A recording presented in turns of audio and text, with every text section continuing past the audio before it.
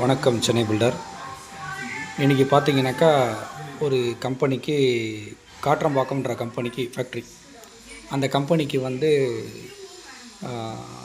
போயிருந்தேன். அந்த கம்பெனி பார்த்திங்கனாக்கா பின்னாடி இருக்கிற சுவர் உடஞ்சிருது. பெரிய காம்பவுண்ட் வால் கிட்டத்தட்ட பார்த்திங்கனாக்கா 170 அடி நீட்டு மட்டும், அவ்வளோ உயரம் மட்டும் 7 அடி உயரம்.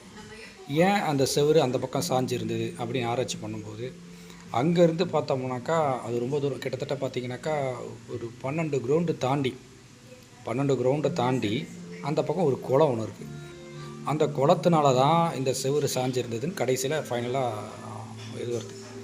ஏன்னா வாட்டம் தண்ணி எல்லாம் அந்த பக்கம் சாஞ்சிருந்தது. மழை வரும்போது இங்கே இருக்கிற தண்ணி எல்லாம் அங்கே தான் போய் சேரணும். அப்படி போகும்போது தடுத்து காலப்போக்கில் 7 ஆண்டுகள் 8 ஆண்டுகள் இப்படி நடந்ததுனால அதோட மண் அரிப்பு காரணமாக ஆழம் மட்டும், காலத்தோட ஆழம் மட்டும் பார்த்திங்கனாக்கா டோட்டலாக 4 அடி போட்டிருந்தாங்க. அந்த 4 அடியும் கரைஞ்சி சாஞ்சிருந்தது. பெடல் இருந்தது, எல்லாமே எல்லாமே ஸ்ட்ராங்காக தான் இருந்தது. காரணம் என்னென்னு கண்டுபிடிக்க முடியல. கடைசியாக பார்க்கும்போது மண் அரிப்பு காரணமாக அது முழுக்க அரிக்கப்பட்ட நிலையில் அது சாஞ்சிடுச்சு, ஃபுல் அண்ட் ஃபுல். அது ஒன்றுங்க. அந்த ஃபேக்ட்ரியில் அடுத்த கட்ட நிலை என்னென்னு பார்த்தீங்கன்னாக்கா அந்த மண் அரிப்பு காரணத்தினால தர ஃபுல்லாக இன்டர்லாக் போட்டிருந்தாங்க. அந்த இன்டர்லாக்லாம் சரி கிடையாது, எல்லாம் பேர்ந்து போயிடுச்சு.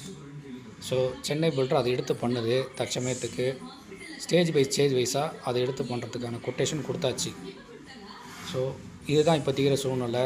ஒவ்வொரு இடத்துலையும் இன்ச்சு பை இன்ச்சாக கொட்டேஷன் எழுதி கொடுத்துருக்குறோம். ஒரு வேளை சக்ஸஸ் ஆகிடுச்சுன்னா வீடியோ எடுத்து போடுறேன், பாருங்கள், கண்டினியூ பண்ணி பாருங்கள். நன்றி.